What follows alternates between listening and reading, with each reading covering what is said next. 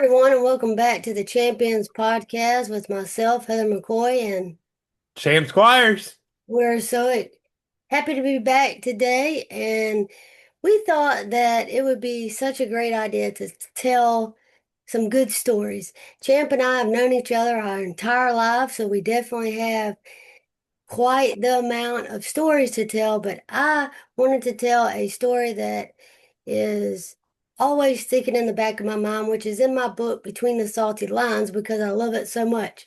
So I'm going to tell this story, and I hope you enjoy it as much as we do.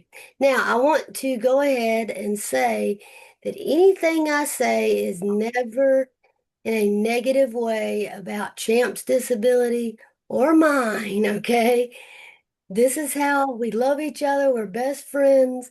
So nothing we say offends each other. And I'm not saying anything to offend my best friend here, okay?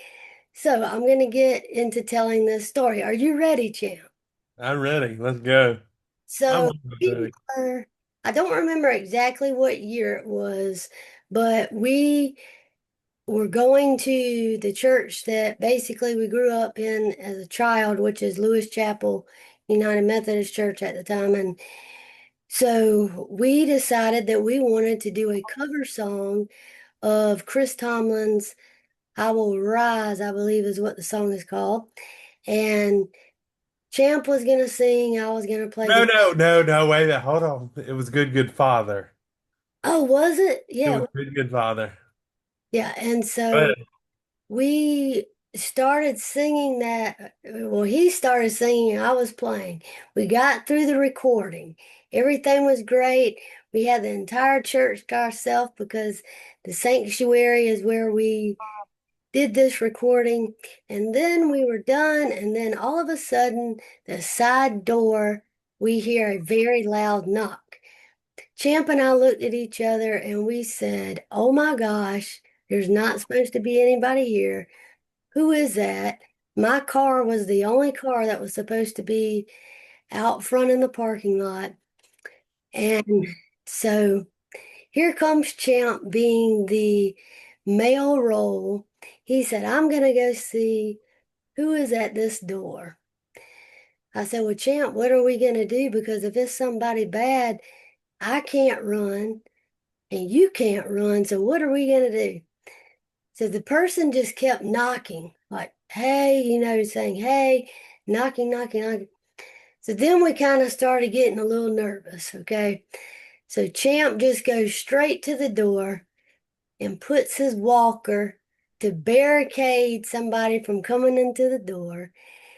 And he called his dad, that was right down the road, and he said, "Dad, somebody's here. We don't know who it is." So his dad was going to hop in the truck and run there. Well, by that time, I think Champ decided just to open the door because he heard who it was, or maybe who it was. And so he did that, and then he realized it really was somebody that he knew.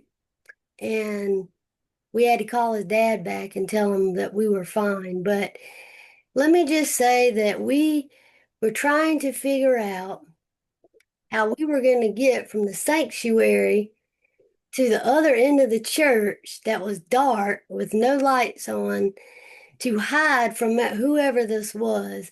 Now, I know you're probably thinking, well, that was really ridiculous, right? But you can just imagine us being there. It's totally quiet. It's just us.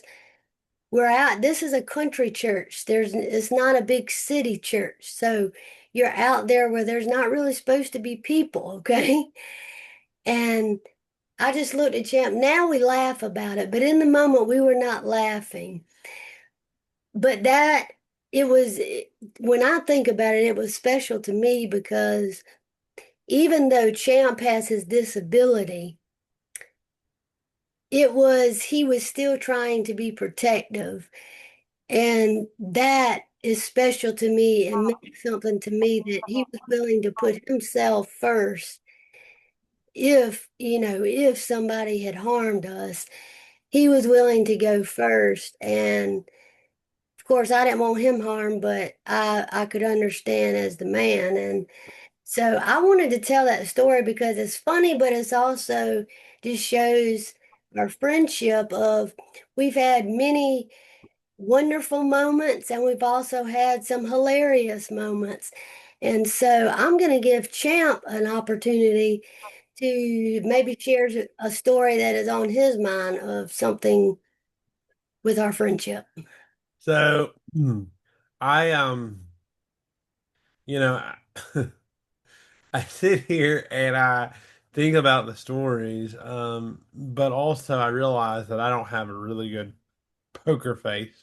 And the reason I just jumped, I hope the camera caught that because the reason I just jumped was because I'm sitting at my desk and I look up at my office and the grass cutting folks are weed eating, but I wasn't expecting.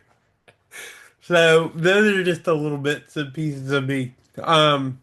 The story that I was thinking about was my senior prom, and it's really not funny, I wouldn't say, other than the fact that in some of the senior pictures for senior prom, it poured down rain that night, and instead of Heather's being so gracious and telling how I'm gonna stand up and defend her, but in these pictures, I block her out with the ever-loving umbrella. So I don't really know, how defensive I am or how selfish I can be.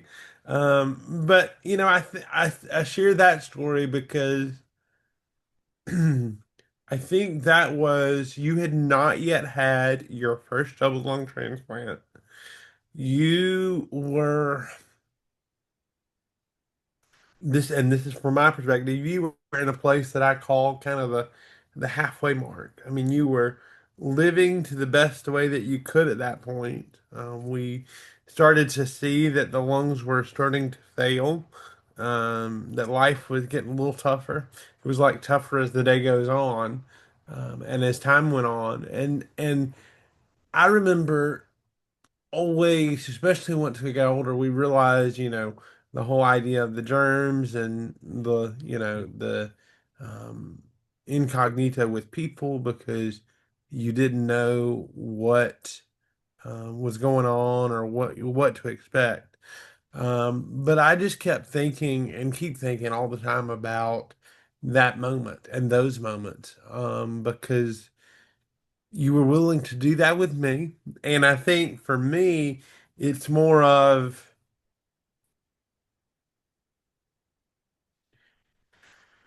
the little things mean more sometimes than the big things. Um, we always talk about, you look forward to proms, you look forward to first dates, you look forward to marriage or different little outings, whether it's for siblings or yourself. And I think for me, not saying that I would never get to those little mile markers or milestones, but I think realizing the importance of those little tiny things. Um, we were in a family car for a funeral home, but all decked out, ready for us, and we had this guy who was an absolute giant doing that for us. I don't know if you remember that, but he could barely even fit into the driver's seat of the car. I'll never forget that. I had him for both the junior and senior prom. And, it's just those moments that I think about in the pouring down rain. That didn't stop us. Me in the pouring rain, and it didn't stop you from seeing me as a person. Um, and I think, and I saw you as a person. I think in those moments, I didn't see, we never saw the other's challenge. We saw the night for what it was. And, um, And it worked out great because with my lungs at the time, I couldn't really do but so much.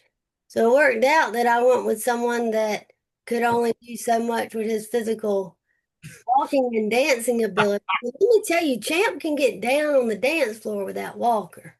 oh goodness, so good.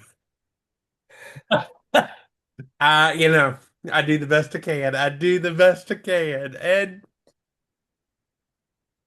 I don't know. I've just been,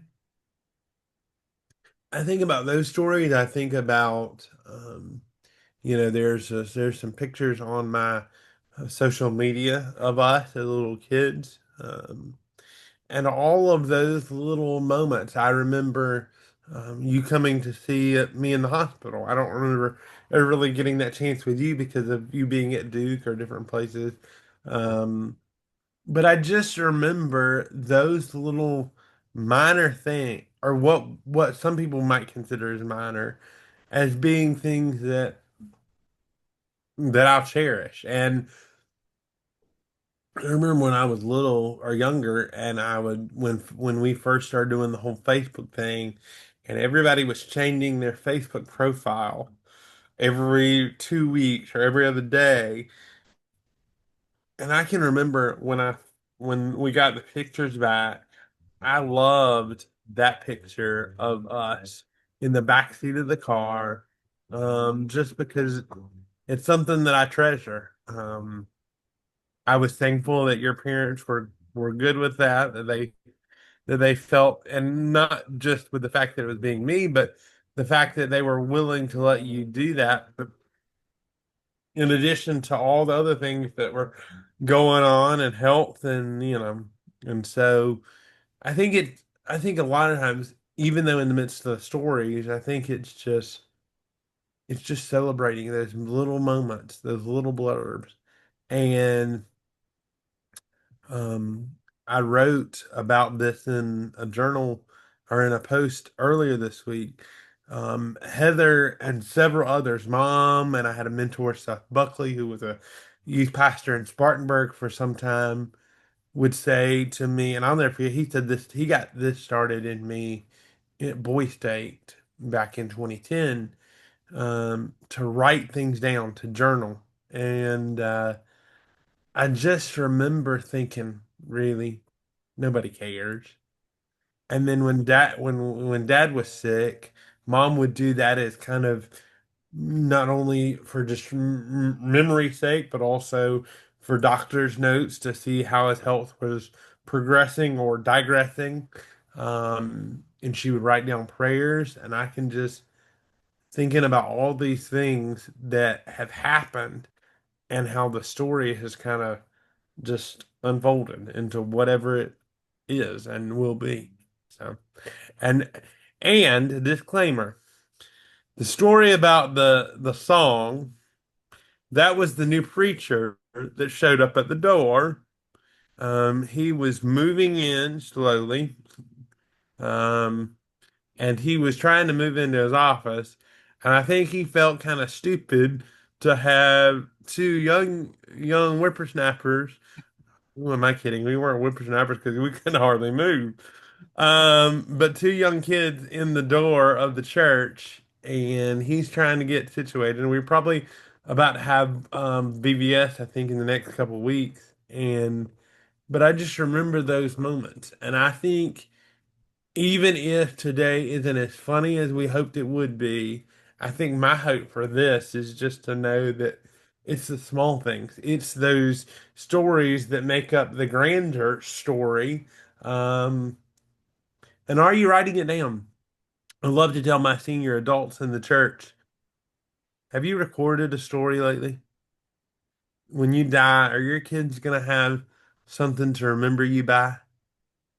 Are there going to be family videos or pictures, or people can say, "Oh, I don't care about that kind of stuff." Oh, you do. If you don't care about the pictures, you care about the writings. If you don't care about the writings, you care about the pictures. If you don't care about the pictures, you care about the videos.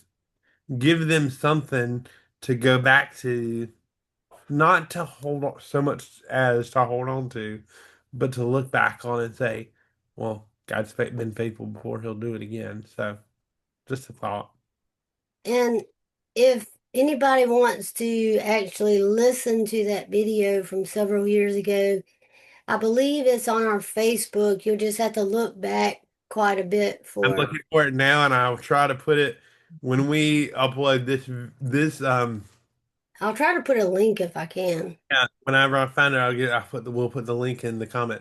Now, granted, I will have to say that uh, Kelsey recently said to me the other day because I shared it with her because it just actually popped up about a year. It was actually a year, I think, this week. And Kelsey listened to it and she goes, "Well, I do have to tell you, thank goodness your voice sounds a little bit better. So just throw that out there." Well, as we are telling this, I hope people get from this that me and Champ feel so blessed that we have been able to be friends this long. And although our journeys may be different, our struggles may be different, we have just always been able to have fun and live life to the fullest. And, we're just scratching the surface of how many memories we really have with one another. But as Champ discussed about taking the videos, taking the photos, writing stuff down, everyone has a story, everyone has memories.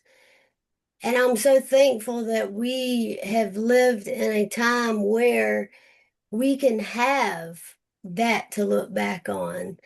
Heck, I'll look back on these one day, as stupid as they may seem in the moment. Like I was going back when we said we were going to start these back up. I went back and started looking at some of the older episodes and older videos, and was like, "Wait a minute, that chick's like getting ready to graduate from high school. Like we had her on here when she was like 7 years old. What the heck happened here? I don't like this. I don't like getting older, but it is what it is." Well, we have to embrace getting older because it is a blessing, but it is kind of weird for the younger ones to be like getting high school and college level. But we have so many people that I can say that have looked up to us that are younger, and we hope that with how we live our life that we can inspire them in some way. And it's been really fun just having memories we can exchange here because now that I've had my kidney transplant, I'm hoping to be able to come and speak at Champ's Church, hopefully Yeah, soon. we're gonna keep harassing her until she does it, and then when she does it, it's gonna be recorded because I know it's gonna be really powerful, and so I'm really excited about that. Yeah, and we could go all day about how many stories we have and what they mean to us, but everyone has memories. And whether you're going through something good or something bad, if you have something like, say, you're going through a bad time, think of something that's a good memory to get you through the day. We all have lost someone, but those pictures or those videos may have that loved one that can make you feel their presence. And I've had people say, "Oh, you just take so many pictures.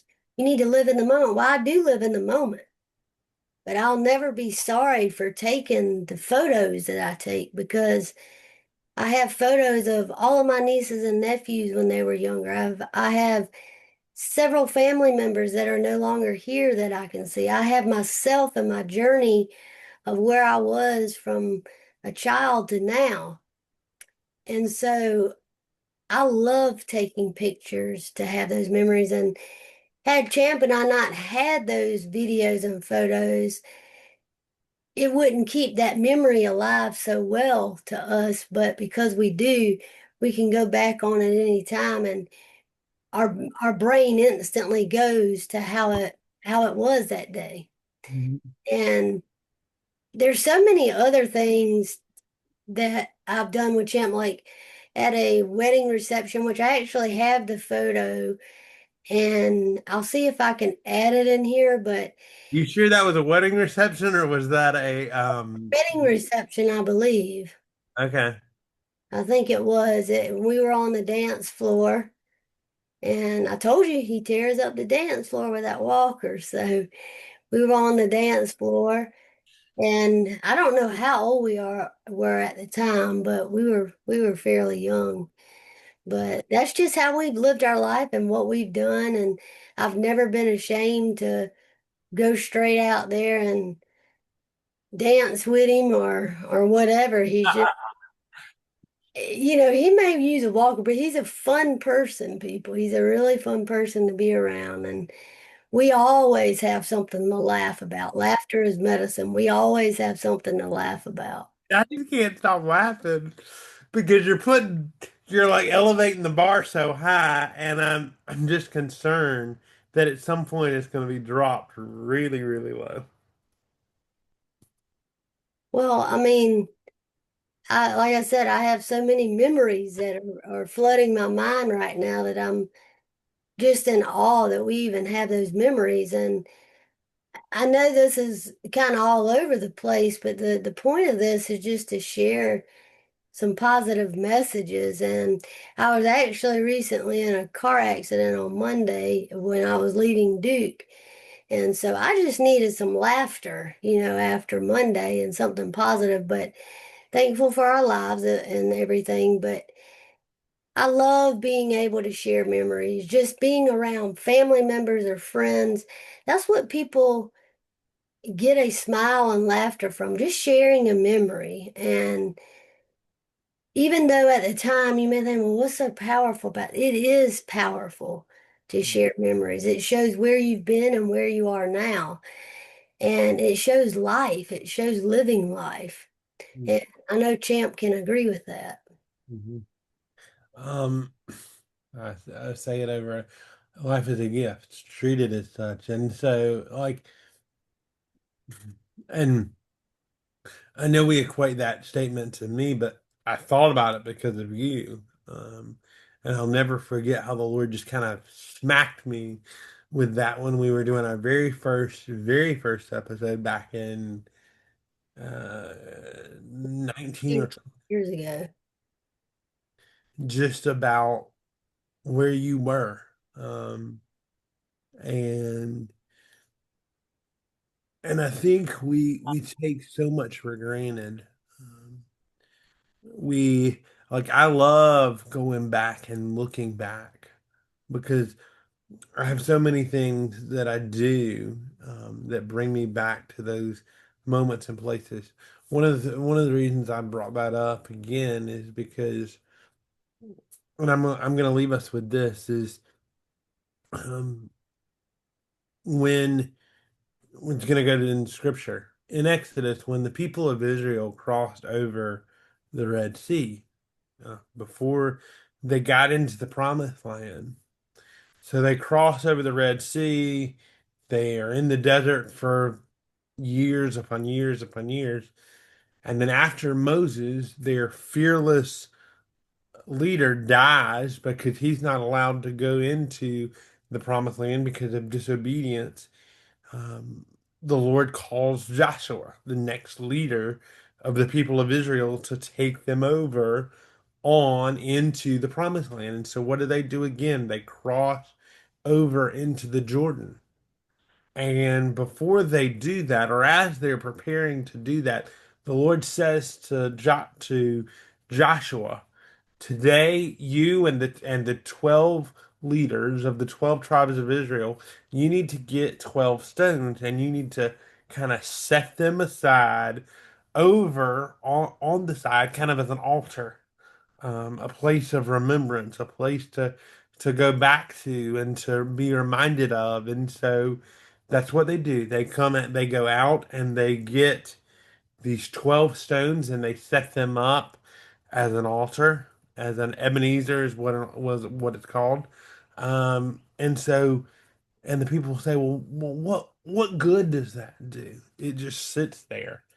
And Joshua says, no, no, no. This is for the people in generations to come after you and I, that they can come and say, on this point, at this time, this is what the Lord did for us. This is how He brought us from where we are to where we're going. And, I've got, I'm looking at my office.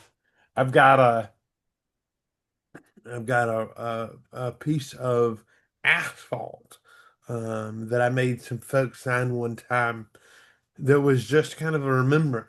That was kind of I wanted that place or I wanted that thing so that I could remember those people, and I made them write their names on it so that I could go back and I can look at this stuff and I can remember. Now, I don't want a shrine to myself. Let's be very clear. Don't need a shrine, but I do want to know, like, what does this stand for? What happened on that day? You can barely see it, but if you look behind me right there, there's a news article about a scholarship that was placed in my name. That has a story behind it. You can't see it on camera, but if you look to the right, there's a wall of memories here in my office. These books behind me, some of them are from folks and from people, and I'm not like some super person who has to hold on to everything. I'm not a pack rat. I don't want to hold on to every little nook and cranny, but I do have some very valuable things that when I look at it, I go, what? Um, Hold on one second. I'm gonna pull one more thing out. Heather, talk to him while I grab this because I think it's pretty cool. Trump is searching for this thing. I just want to say that as he's talking about scripture, we think about as we write things down, maybe as we journal or write a book or whatever it may be, but that's what the Bible is, something for us to remember Jesus and what took place. And if we didn't have the Bible, nobody's faith would be what it is today because we wouldn't have something to study. We wouldn't have something to look back on, to know that it existed, to know certain places in Israel or the places that Jesus walked on himself. And so it's so important to have things that are memorable, and it looks different for everyone for what people have. Some people may have a bunch of CDs that were signed from somebody on a wall. Whatever it is to you is is unique to you, and that's okay. Keep And talking. I'm unpacking here. he's unpacking people. Okay, so it's for me personally, I have autographs from people I like. I have a book that I've written, but I still write stuff down. I write songs. Sometimes a thought may come through my head or a memory, and I just write it down in my phone or turn on the computer and write it down. And that serves as a memory. And I think back to all the times I've done that and all the memories I have. And it's truly a blessing to be able to have your mind to be able to remember those. I have like even the older people in my family that reflect back on memories and they just feel so blessed that they have their mind to be able to remember stuff. So I think Champ's found it now. Now, so well, when I first started here, I had an aunt or a great aunt that gave me these. Now, for some folks, they don't probably won't know what they are, but they're thumb indexes. This one is from 1900, between 1900 and 1915. These were what the old circuit riding preachers used to use to keep their church attendance, their financial books. Um, and this is from my great, no, yeah, great grandfather. And it's just interesting when I hold these things, I'm thinking, what? Like, this may not mean much to me, but if you look back and you think, well, hey, the Lord was so faithful in 1900. He's going to be faithful in 2026 or 20, I don't know, 2025. I wanted to jump a whole year. But I just love being able to kind of have these things. Now, I don't pull them out all the time. I don't even look over there all the time. But when I do think about it, I'm like, you're talking about memories and you're talking about what people went forth before us to do and set kind of the groundwork. And Heather, I think it would be good if we closed off today with this. So this is from 1900. Tomorrow, July 4th, marks the 250th anniversary of our country. And whatever the room of thought is of where we are, where we've been, where we're going, where we're headed, whether you like where we're headed, whether you don't, I don't really care. What I care about is it's not always been perfect, but it has always been good in the sense that we've had somebody walking with us. We've had our families to lean on. We've had um, ancestors to think about. You know, I think your granddaddy served in the military, if I'm not mistaken, and different folks like that. And so all those are memories. I can't help again go back to these 1900. I mean, I wouldn't even. None of my folks were even a thought. But to think about how where we've been, how far we've come, and the question then lies, where will we go from here? We can come back and look at stories. We can reminisce about being in a church and being scared to death, not knowing who's coming in the door. Um, but so much has been given for us, and so much has been given for us to have life. And no, Heather and I may never, well, we'll never be able to serve in the military or probably fight in a war or whatever the case may be. And I'm not vouching for that, but what I am vouching for is, are you telling your story? And you say, well, my story's not as good as yours or not as powerful as yours. Your story is your story. The book of Revelation says that those folks come to Christ through the blood of the Lamb and the word of the testimony.